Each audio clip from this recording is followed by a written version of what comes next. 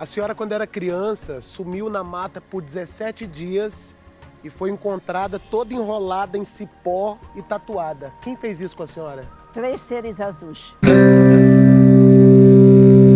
Salve, meu povo, beleza? Vocês já devem ter escutado alguns casos, né, de que quando a pessoa é um médium, uma médium, a espiritualidade parece que fica atazanando ela até ela viver, né, de fato esse dom espiritual, né?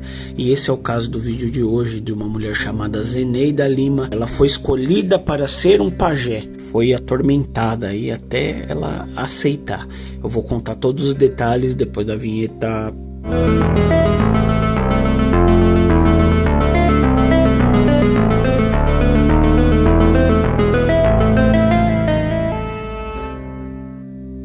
Antes mesmo do nascimento da Zeneida, né, ela já era anunciada, né? O pai dela, ele era um político muito influente ali na ilha de Marajó, e a mãe era descendente de indígena. E ainda no começo da gravidez foi revelado para ela, né, num ritual ali da família, né, que é indígena, que essa criança herdaria, né, que seria uma menina, e ela herdaria os dons dos pajés, né, que era ligada também às águas, tá?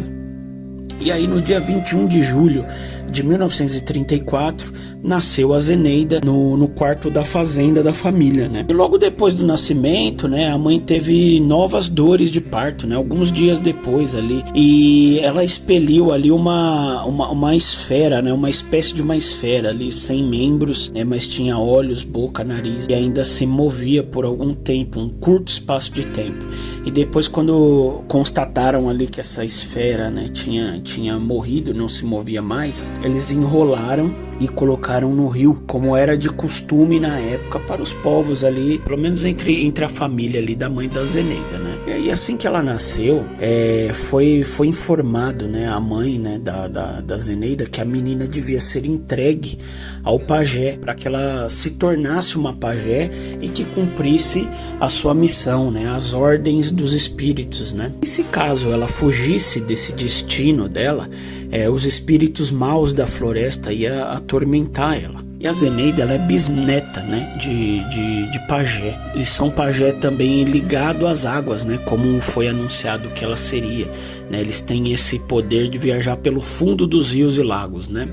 E aí o pai dela, como eu falei, né, o pai dela era um advogado, um político importante, então tem esse choque de cultura. E os pais dela eram católicos, né? A mãe, mesmo sendo descendente de indígena, era católica, né? Tinha uma vida afastada da tribo, então eles não acreditavam nessas revelações, né, dos pajés. E aí a Zeneida tinha algumas coisas em comuns, né, já desde a infância. Ouvia vozes, ela tinha alterações de humor, né, muito fortes, assim, crise de fúria, e era bem estranho, assim, né? E ela também tinha doença quase sempre. E do jeito que as doenças surgiam do nada, elas também iam embora sem explicação nenhuma. E aí eles também tinham o costume de colher frutas, né, na fazenda ali onde morava, né, fruta, enfim, todo tipo de coisa que a agricultura ali daquele local podia prover, né, dentro da fazenda, eles colhiam. E aí um belo dia, tinha uns 11 anos de idade, ela foi colher açaí com a mãe, um irmão e uma empregada doméstica. E aí os 4 foram lá para os fundos da fazenda colher açaí. E a Zeneida, ela que subia nas árvores, né? E ela subia, descia, e aí de repente ela começou a se sentir mal. E ela falou pra mãe que ela tava sentindo como se a terra tava se movendo, né? E aí a mãe lá pediu pra ela ficar sentada, debulhando os cachos de açaí, enquanto a empregada que subia e descia dos açaizeiros, né?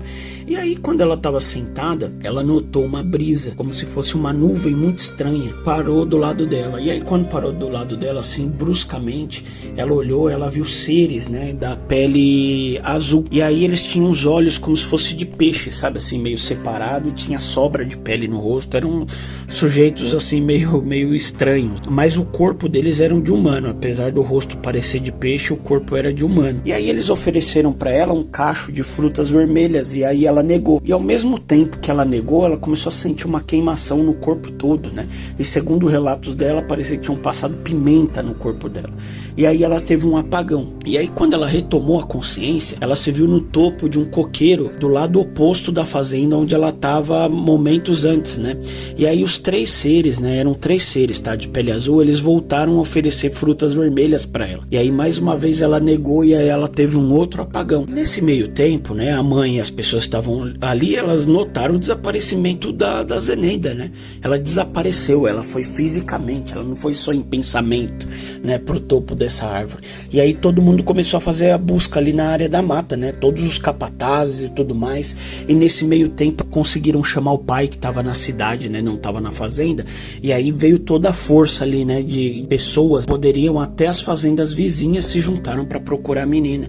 E ela tinha desaparecido por 16 dias já fazia, né? Depois desse tempo ali de procura já fazia 16 dias. E aí um dos homens encontrou um rastro dela, que era vestígios ali dos vestidos dela nos galhos, né? E parecia que ela estava sendo arrastada pela floresta, entre os rios, né? E aí no outro dia, onde já faziam 17 dias do desaparecimento, ela foi encontrada. Ela estava enrolada numa espécie de um casulo de cipó, né? E folha. E aí quando abriram o casulo, ela estava lá sem roupa e com o corpo todo desenhado, né? De folhas, flores, insetos, só o rosto, a palma da mão e o peito dos pés, né? Que não tava. E aí depois que ela foi tirada de lá, ela acordou com um comportamento alterado. Ela gritava, se debatia e ficava falando que queria ir embora para voltar para aqueles seres azuis. O comportamento dela era tão agressivo que ela foi trancada na despensa de comida da fazenda. E aí ela foi para Belém e aí fizeram vários exames, né? E aí foi constatado que ela não tinha nada de errado, nem física nem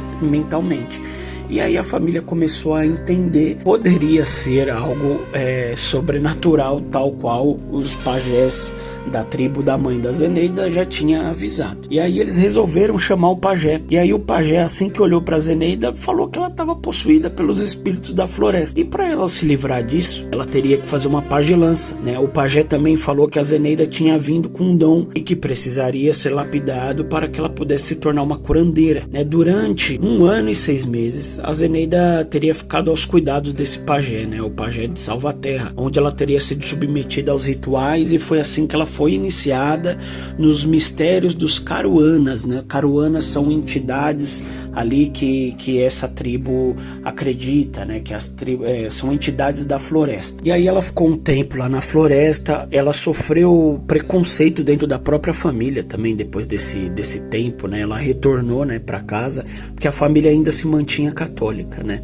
E aí quando ela tinha 17 anos ela casou, ela mudou para o Rio de Janeiro e teve uma vida longe dos afazeres de pajé, ainda no Rio de Janeiro, mas foi por um breve espaço de tempo ali, né? Com 27 anos ela retornou ao Pará e aí ela redescobriu a pagelança. Nesse momento ela se entregou mesmo, ela se tornou uma pajé, né? E para exercer o curandeirismo, né? E aí ela ficou até então. Em 1992 ela acabou escrevendo um livro chamado Mundo Místico dos Caruanas e a Revolta de Sua Ave, que foi relançado em 2002. Lá ela retrata todas as suas experiências místicas, né? Os ensinamentos que ela teve, a sua trajetória e tudo mais. Em 1999, a Zeneida, junto com uma amiga chamada Raquel de Queiroz, fundaram uma ONG chamada Instituição Caruanas do Marajó. E aí ela, até hoje, ela ajuda crianças ali carentes ali da região. Essa foi a história da Zeneida, né?